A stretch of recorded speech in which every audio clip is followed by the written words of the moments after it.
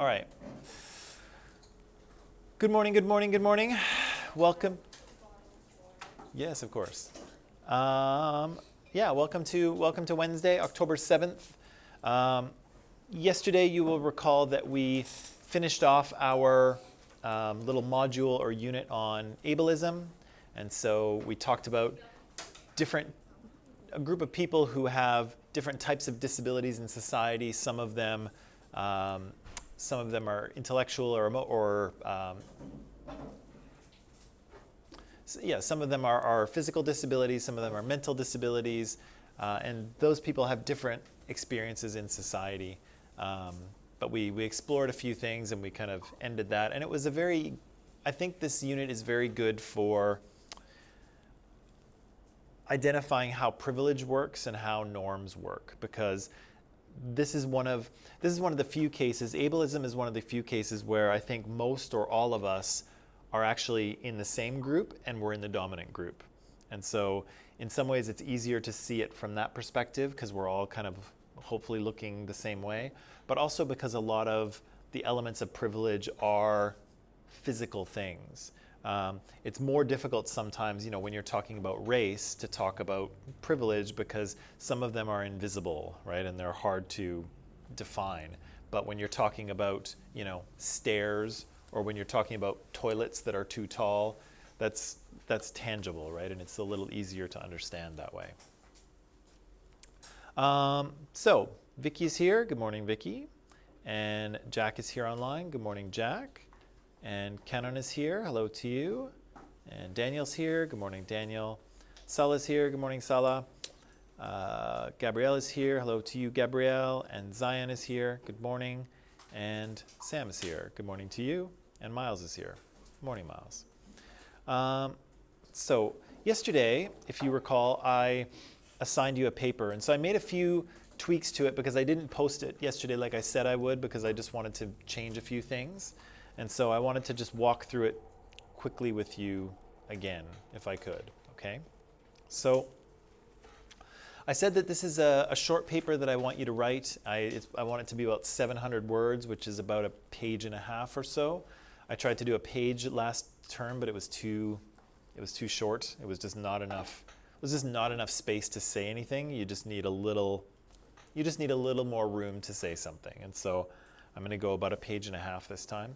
And what I want you to be able to do is find sources, find information that's credible, figure out what it's trying to say to you, so figure out the argument or the main point, and then use those ideas to formulate your own ideas or make your own arguments. And at the same time, showing me that you have learned something in Social Justice 12, right? That's kind of what I want to see here.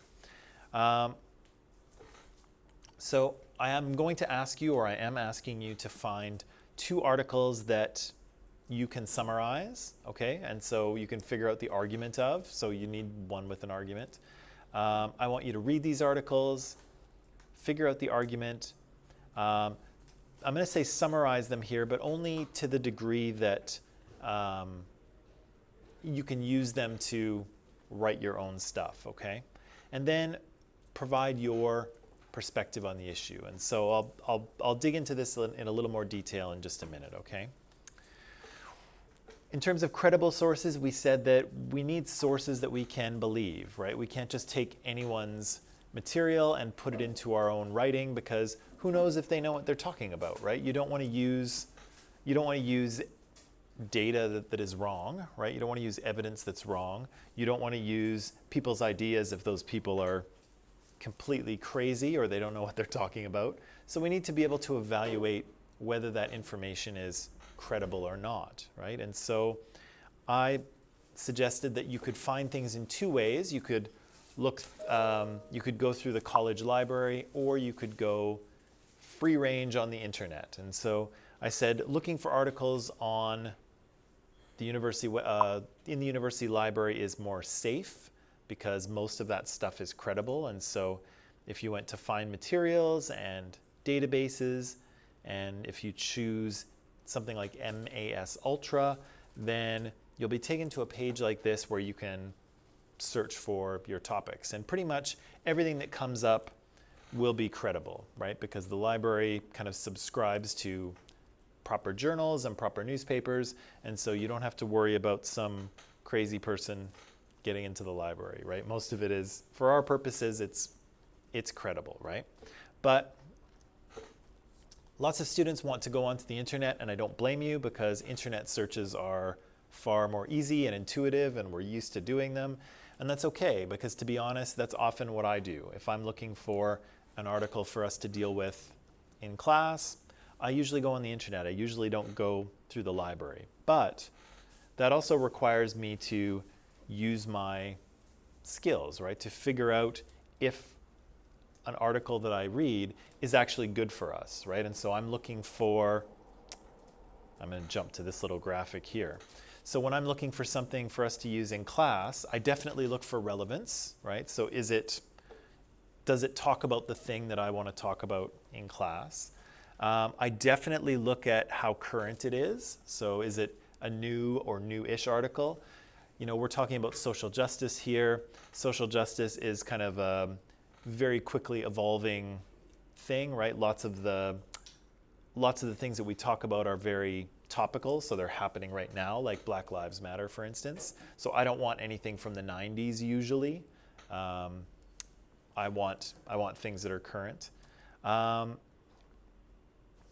want things that are reasonably fair, right? So if I'm looking for an article for us, I do usually want something that has a point to prove. I do usually want an article that is trying to argue something, but I also don't want it to be unfair, right? So I don't want it to push its perspective so hard that, you know, that they're not doing a credible job of demonstrating their case. But I also don't want something that is, you know, not saying what it should be saying, right? So this is a bit of a more difficult skill to ascertain. But when you're looking for fairness, for the most part, and this is not always true, but if you're looking for a good article, good articles usually don't emotionally trigger you. Usually, okay? Now, that said, here's the guy who said, oh, George. The guy who said he wasn't going to be late is now late, but he brought me onion rings. And so, you are forgiven. Thank you, George. You didn't have to do this. You're very kind. I appreciate it. I know, really good. Oh my God.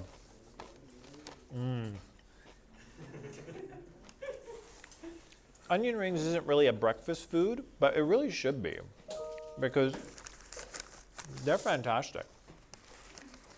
Okay, I'm gonna have one more, and then I'm gonna keep talking.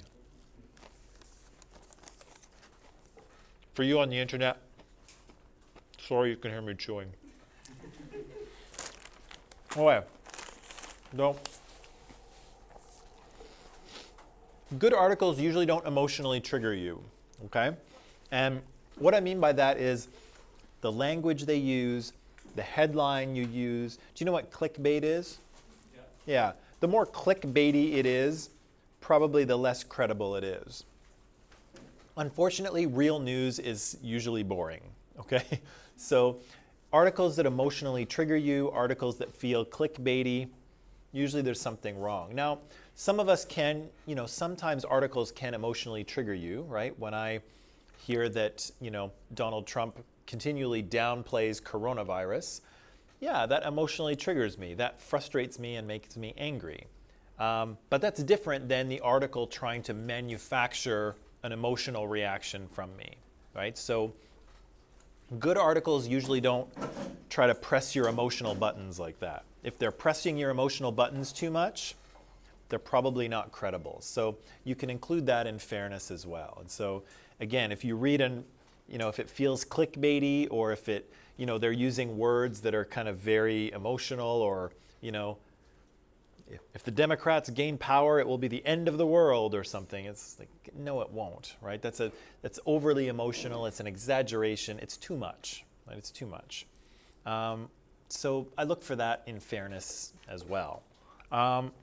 We said the author, usually you want to have an article with an author, because then we can figure out who it is, right? If someone won't put their name to something, that's usually not a good sign. But when they do, we can at least Google them and see if they are, a professor of history, right? Or if they, are some guy who lives in his mom's basement and types conspiracy theories all day long, of which there are people like that, right? So we want to be able to figure those things out. And again, accuracy. What does the article look like? What does the website look like? Is the writing good? Is it grammatically correct? Is the website properly put together? If it's not, then, think twice, right? The other thing we could put in terms of authorship is the sort of source you get it from. So if I go to the Globe and Mail, for instance, the Globe and Mail is a respected, sorry about this, but I'm not eating cold onion rings, I'm sorry. The Globe and Mail is a respected paper in Canada, right? So the stuff I get from the Globe and Mail is going to be good, right? Because they've got editors, they check it out. And so, yeah, when I see an article from the Globe and Mail, are you filming me or are you just texting? Okay.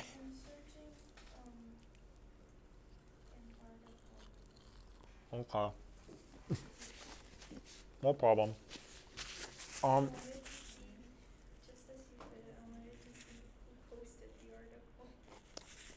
Which one? I'm searching like an article. Oh, okay. Okay, I understand. To see what website posted it, because the last I checked, my previous article that I searched up was posted by Tree Hugger, and that doesn't sound very good. Okay, perfect example. Perfect example. So Avera was looking at an article, and it's on treehugger.com, .org, something, .com, treehugger.com. So just from the website name, what does that tell you about them? They love trees. They love trees, right? They're probably environmentalists. So that doesn't mean that they're not credible necessarily. Doesn't mean that they're, crazy environmentalists or anything like that. But it does tell us a little bit about where they're coming from, right? We know that these people are going to have a very pro-environment bias, which again is not bad. It's, we should take care of the environment, right? That's a good thing for us to do. So that doesn't disqualify them entirely, right? But it does tell us a little bit about what their bias might be, right? And so we might have to dig a little further just to see, okay, we know where these people are coming from. They're not sort of a popular news organization. They're a smaller group dedicated to environmental causes. Okay, it's all right. We know where their bias is. That's good too. Okay, so don't throw them out immediately. But what's your article about? Oh, you.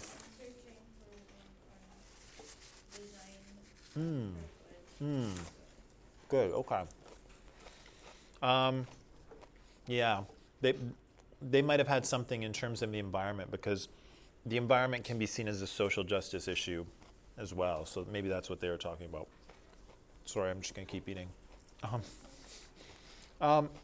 So look for all those things, okay? Sorry, I'm just going to jump through these. We talked about plagiarism yesterday, and so that was where you're using other people's words or ideas and sort of using them as your own or not crediting them. And so I said that was usually bad in academia. It's bad in school because teachers can't really tell what you can do and what you can't do, and that's kind of what we're supposed to be doing here. All right, whoop. George, you've made me look horribly unprofessional here. It's all your fault. I blame you.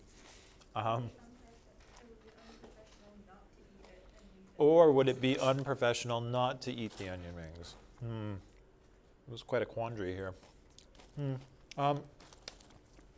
So I said when we plagiarize things, we take things without credit. We don't want to do that because knowledge and science and academia it's moved forward by everybody sharing what they know, right? That's how we move forward as a human race, right? Everybody discovers things, they share what they know, and then other people can use that to inform their own work. And so using other people's ideas and thoughts and findings is 100% okay. We just have to learn how to do it correctly, right? And so I said, an easy way to think about this is you're tagging people in Instagram or in Facebook, if you will, right? So if you use someone else's words or thoughts or ideas, you tag them in, right? And so in doing so, you connect to the original source. You say, thank you very much, whoever you are, and then you're good, right? Then you haven't plagiarized. You've just used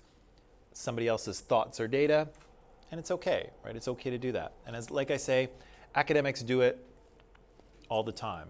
In fact, the first section of most academic papers is just citations, because most academic papers start out and they tell you, this is the work that's been done on this problem before, blah, blah, blah, blah, blah. And they tell you that this researcher did this in 2004, and then in 2006, somebody else did something else, blah, blah, blah, blah, blah. And so the whole first section of many academic papers is just paraphrase, summary, and citation. They're just telling you what everyone else has done on this question.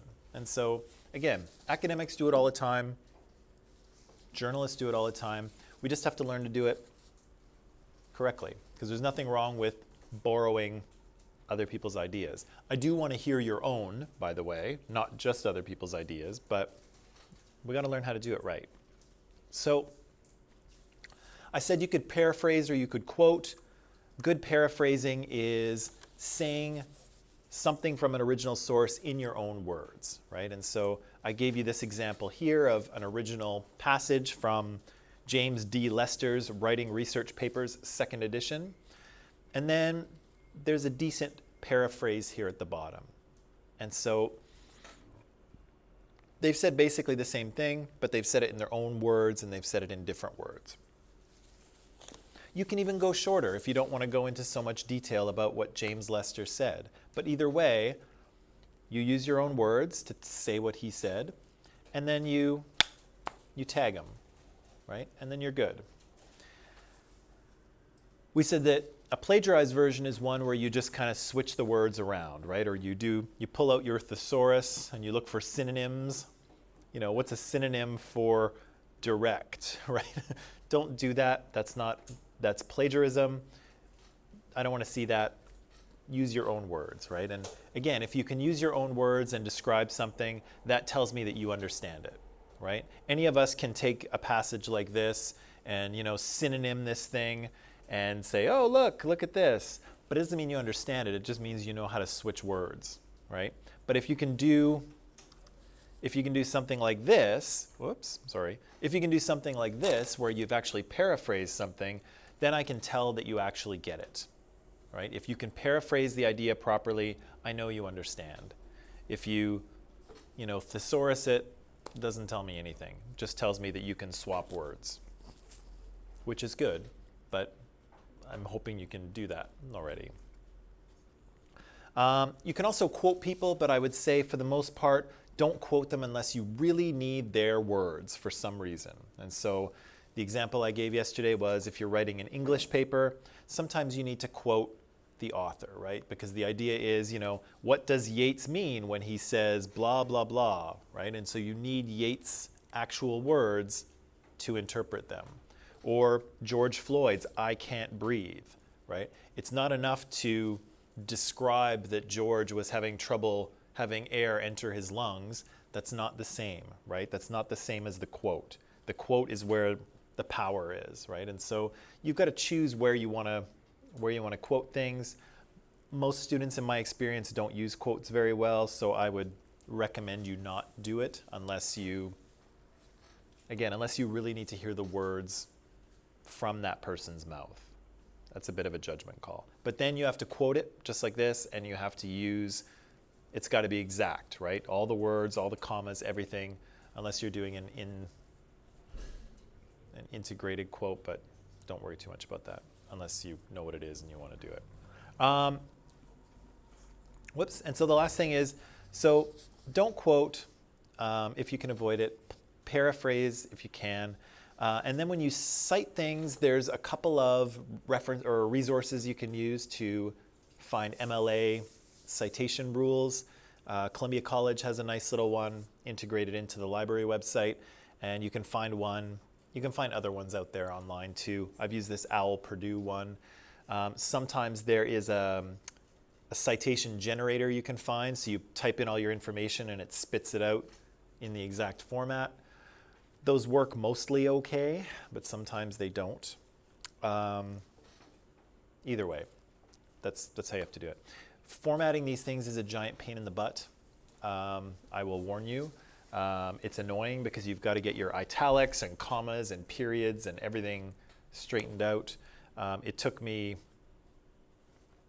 I think it probably took me a good week or two to do the ones from my master's thesis, because it's just a nightmare of formatting. And so, you know, I feel I should share that pain with you. I think that's a good thing for me to do.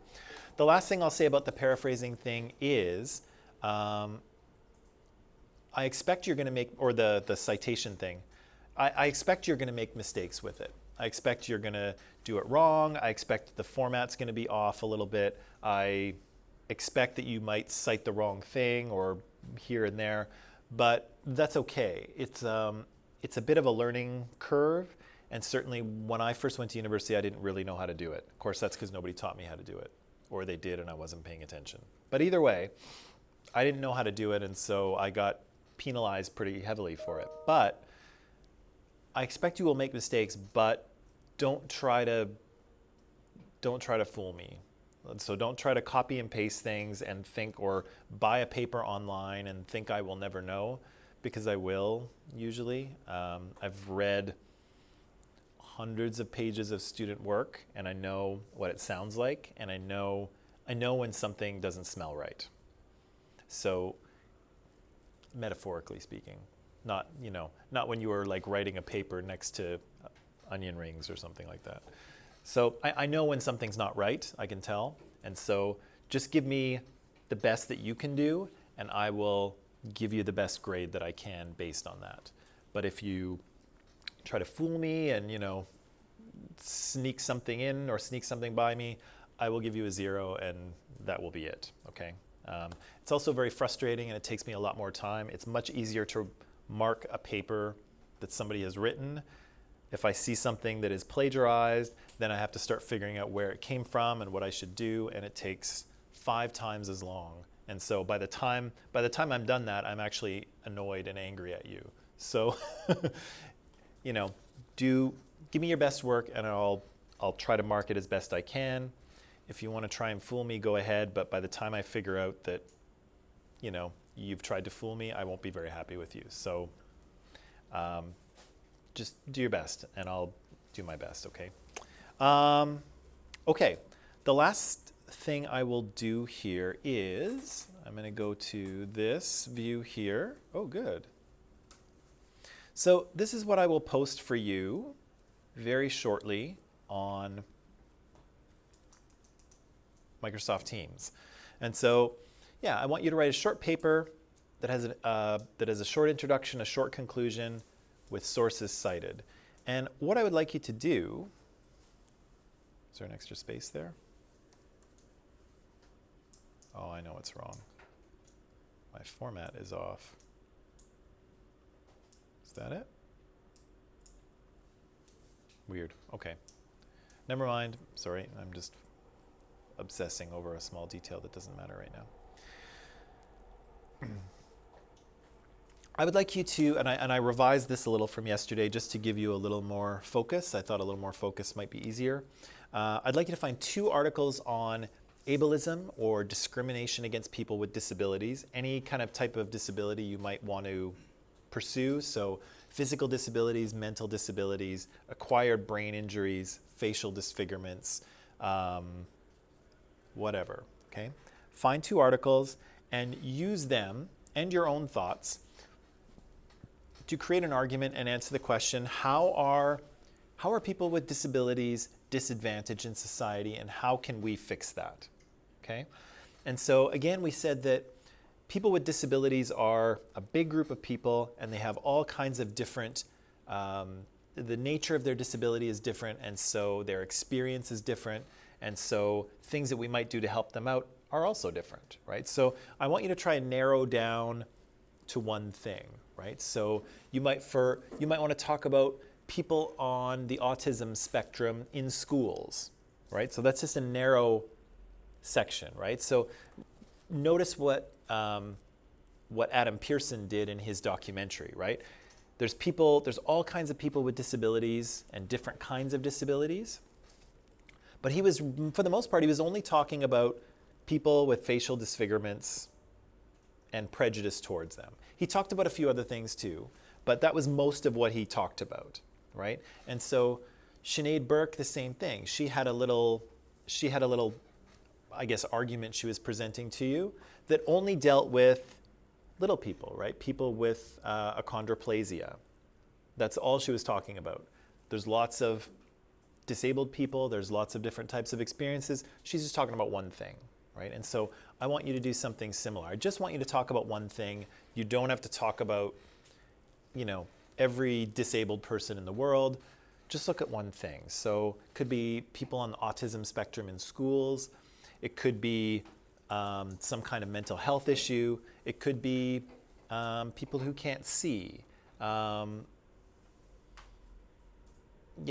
I want you to kind of narrow it down, and narrowing it down makes it much easier to talk about, because if your topic is too large, it becomes difficult to say anything about anything because it's so general that you haven't said anything, right? So it's much easier to sort of narrow your focus and look at kind of one particular example, right? So look at Adam Pearson. He just talked about people with facial disfigurements, and only in the UK, and he got like 48 minutes of documentary out of it, right? So there's a lot you can do if you kind of focus, but if you go too wide, too general, it's harder to say anything meaningful because it just becomes too complicated, right? So imagine what Adam did, imagine what Sinead did. They were only talking about specific types of people, right? People with facial disfigurements, people with achondroplasia, okay? So yeah, I'd like about 700 words. I think that's about a page and a half or so, give or take. I want you to cite your sources in MLA format. These are some of the things that I mentioned in my slides there before. And I'd like it to be, I think I'm gonna give you one more day, okay? I'm gonna make it the 15th, which is next Friday. So next Friday, you can turn this paper into me and then you can have a weekend and you don't have to worry about it. My onion rings are getting cold. What is?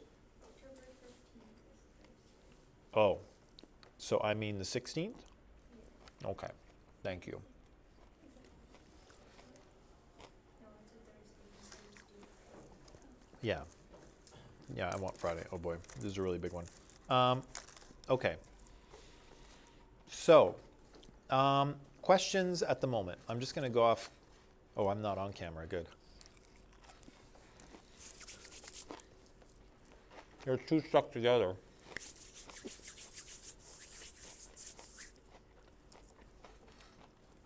Questions for me at the moment? They're excellent. They should be their own food group. Fruits and vegetables, bread group, dairy, and onion rings.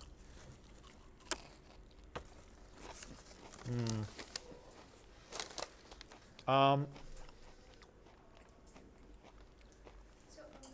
for the articles, they're supposed to be, can they be on the same topic, but they talk about different aspects? So you're supposed to just summarize both and create one argument, or bring up one point? It depends what you find, but yes. So if you're trying to answer this question, I'm just going to go back up here. So if you're trying to answer this question, how are people with disabilities disadvantaged in society? So you could say, well, one of the ways that we can look at ableism in society is by looking, I'm just going to use my example from before, is by looking at how schools function for people with autism or who are on the autism spectrum. And they're disadvantaged in three important ways: blah, blah, and blah, right? And based on that, what we could do to remedy that situation or remove some barriers for these people with autism is to do this. And so some of those things can come from the articles, and you're going to kind of put them together into your own argument. And you're going to cite them when you borrow from the articles. Does that make sense? Okay.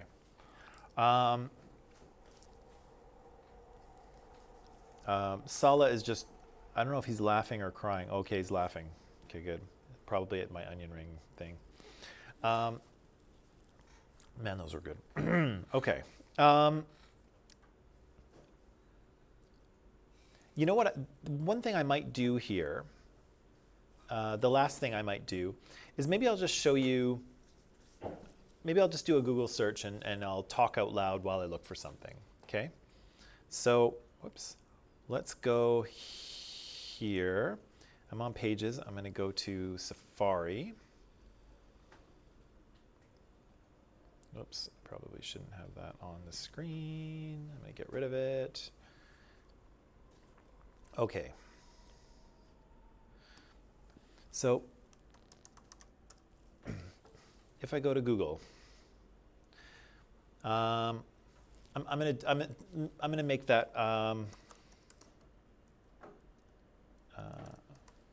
and schools. Okay, so that's kind of what I was talking about. I think autism and schools, right? And so, let's see. So there's some scholarly articles here. Now, this might be okay, but what I'm worried about with scholarly articles is that A, it'll lead me somewhere where I have to pay for the article, and I don't want to pay for the article because I'm cheap. If I find the article and I really think it's good, I might go to the library website and search for it through there because it'll be free through the library website. So I might click on it just to see, oh, okay, it's a PDF. Is this like a whole book?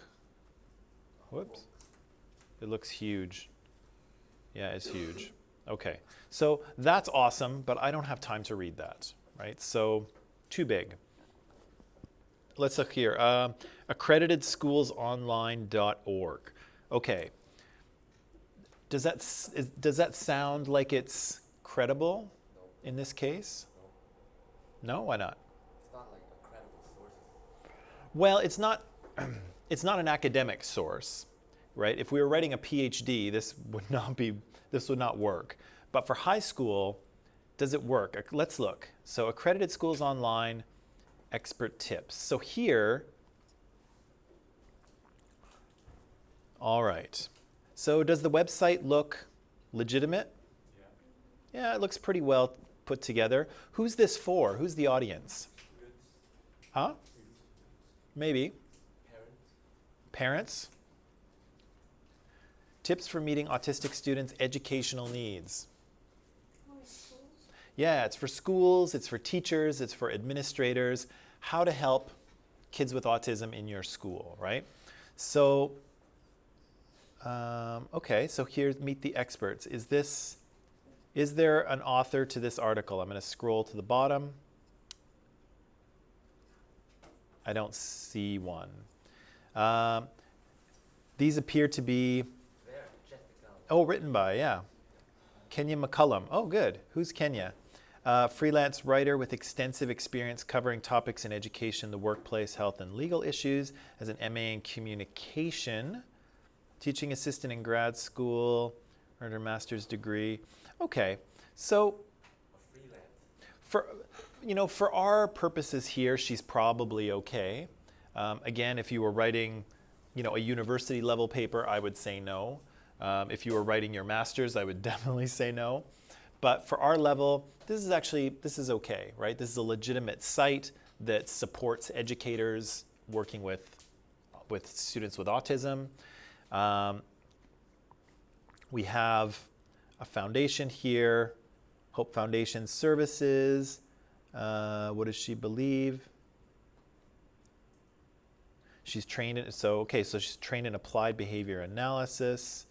So I think we have some credibility here, at least for our level, right? And so this might be something that I would use, maybe. Let's look. Kids Health, Community. Oh, here's one. So here's the Atlantic. So the Atlantic is a American, nationwide, I guess, media outlet. They're not a newspaper because they don't print any newspapers, but they would be a newspaper if people still read those things. And so the Atlantic is a little bit left-wing, so they lean a little bit to the left, but that's not a big deal. And so here we have an article on what school could be if it were designed for kids with autism. So this might help us with, some remedies, right? The Atlantic is a respected news organization, so that's good. Christina Rigza, who's the author here, she's a writer based in San Francisco, co-creator of the Atlantic's On Teaching project and author of Mission High. So she's an author that specializes in educational issues and educational policy, and she's going to write this article. So this looks pretty credible to me. Whether it's going to be useful, I don't know. Like, I'd have to read it, but I think that's pretty good. What about this one? Autism Speaks. Your child's rights, autism in school. So who's this website made by? People with autism. People with autism, or people who have children who have autism, right? And so this is kind of an advocacy group, if you will, right? They're ensuring that kids with autism have their rights and their needs taken care of, right? They're kind of an advocacy group. So will they have a bit of bias? Yeah. Sure. They're trying to make sure that the rights and needs of these kids are respected, and that's okay, right? It's okay to have a bit of bias here. And so again, we can look, is there an author here? No. But we can always go to About Us to see who they are. Autism Speaks is a dedicated to promoting solutions, partnerships. It was founded in 2005, grandparents of a child with autism. And so, yeah, they're an advocacy group, right?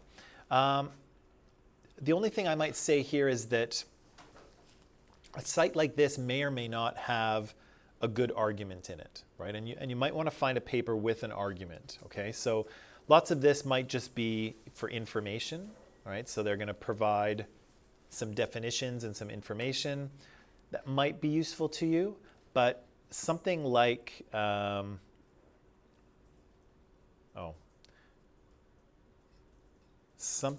these are all the other articles that Christina has written. But this article is going to have an argument in it, right? It's not just for information.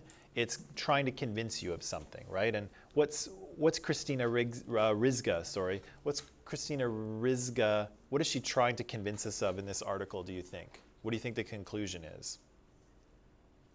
That the schools are not designed for autism. Right. Schools are not properly designed to accommodate kids with autism, and how we can improve that, right? So her argument might be, yeah, schools aren't designed for kids with autism, but here's how we can do better. 1, 2, 3, or whatever, right? So an article like this is going to have an argument in it, but not all articles are, okay? Let me see here. So some of these are good for information, but probably not good for us, right? So if we just type in autism, we have Wikipedia. Is Wikipedia a credible source? We can fix it, like, no. What? No. Why not? Like, everyone can edit it.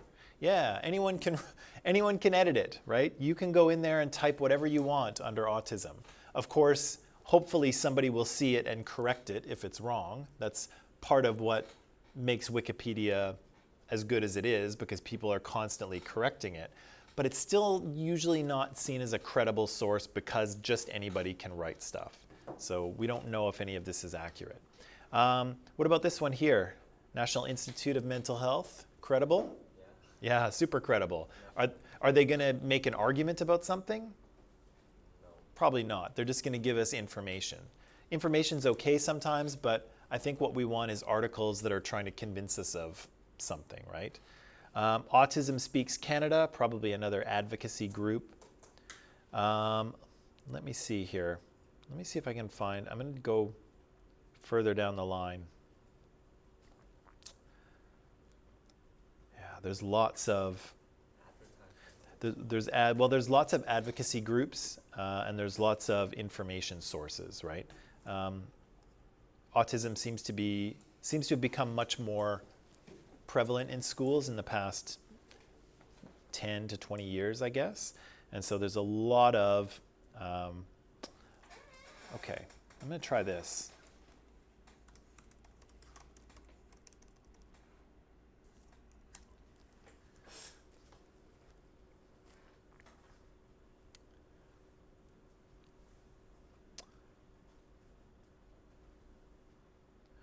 Right. So some people have, I'm trying to find a website that talks about this, because some people have argued, no, I don't even know if they've argued, they've accused vaccinations as being the cause for autism, okay? And so I was trying to find a website that talked about this, but actually there's a lot of, fortunately for us, but unfortunately for my example, yeah, do vaccines cause autism? Okay, so historyofvaccines.org. Does that sound like a credible source? I'm not sure. An educational resource by the College of Physicians of Philadelphia. Does that sound legit? Yeah. That sounds legit. Yeah, that's the College of Physicians. So that's all the doctors in Philadelphia belong to this college. That seems pretty reliable, right? And so here they're going to tell us a little bit about do they cause autism? And so here's a hypothesis, another hypothesis, other ones. Conclusion, most medical experts are satisfied there is no conclusion between vaccines and autism, right? But if you do some searching, you may find some websites that say differently, because some people very strongly believe that there is a connection between vaccines and autism. But basically, in pretty much any scientific source you find is going to say just this thing, that there's no evidence that these two are connected in any way. But you could come across a site that is not reputable, and so I kind of wanted to see if I could show you that, but I don't know how far I'd have to go. All of these seem pretty good. Stanford's Children's Health, right?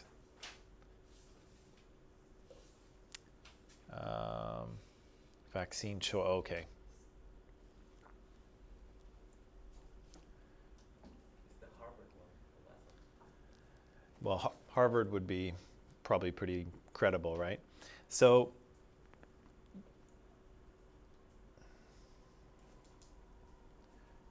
yeah, so this website, I think, is going to make the claim that there is a link between autism and vaccines, okay? So if we, let's see. Does this look like a credible website to you? It looks okay. Like it's not as fancy as some of the others, but that's all right. Not every website has to be amazing. Let's see who wrote this. Okay, there's a big article here. There's lots of links. My story, measles, how about autism? So there's lots of linked stories here. But who's writing this? Let's look here, about VCC. Okay, so it is a non-for-profit, not-for-profit society, provided you with more information about risks and potential side effects of vaccines. So this group has a bit of a bias, right? They think that vaccines are potentially harmful and they want to educate the public about it, right? And so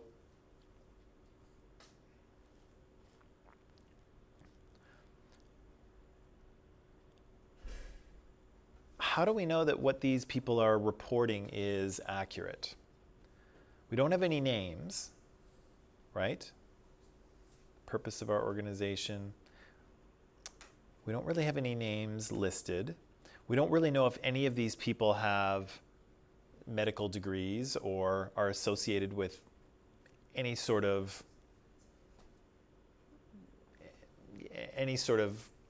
anyone who would know anything about vaccines.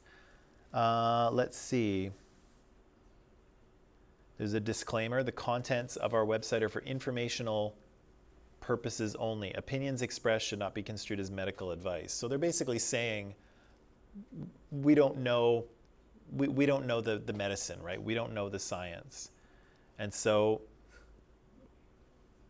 Not credible. well, I would say no, but I'm trying not to let my bias cloud my judgment here, right? Because yeah, I've done a bunch of reading. I know that there's no connection between autism and vaccines.